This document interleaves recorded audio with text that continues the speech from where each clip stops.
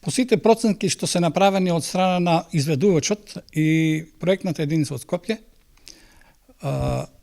новиот крак веќе може да профункционира до крајот на годината или по почетокот на наредната година. Сите работи што се работат сега се тука и мајсторите што изведуваат градбата и треба да се почека малку со времето, оти сите работи се поврзани со време, за да може да се постигне сето тоа што е планирано да се направи во болницата, и болница се гради по европски стандард. Со сите квалитети на една болница што треба да ја има кај нас. Мислам во Европа и кај нас треба да биде.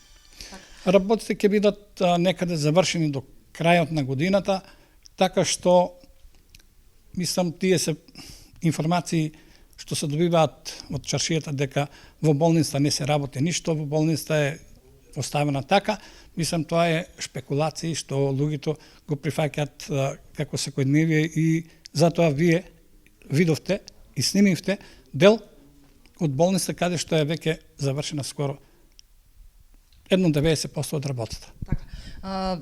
Владата донесе одлука да се новиот крак на болницата, па и стариот, кој што останува веќе, да се греете на газ. Па тоа ние го добивме и од владата, мислам и од Министерството за животна средина, дека се издвоени средства за приклучок на болницата со гасоводната мрежа, така да се надевам дека во најскоро време ќе бидеме приклучени на гасоводната мрежа и ќе се грееме на газ што е квалитетно, што е еколошки чисто и исплатливо економски. Мислам дека тие се услови што ги барат и светските стандарди, така да и ние ќе бидеме приклучени на газ и ќе имаме благодет од тај проект. Иако може прашањето не е до вас, но меѓутоа не е во вашиот сектор, нели? Итната медицинска помош во моментов е секако под здравен дом, но меѓутоа со отварањето на ургентниот центар. Не мислите ли дека во моментов оваа итна медицинска помош која што работи во услови такви какви што се, е подобро да не функционира отколку да функционира имајќи веќе ургентен центар во болницата? И сега, новиот ургентен центар кај што е сега, кај што треба да биде, и ќе биде укажување на здравствена помош на пациентите во многу подобри услови и со многу подобри мислам диагностички методи и средства, така да условите за пациентите ќе бидат многу подобрени и ќе бидат на прав начин триажирани пациентите каде треба да се лекуваат и на кое оделение треба да се лекуваат.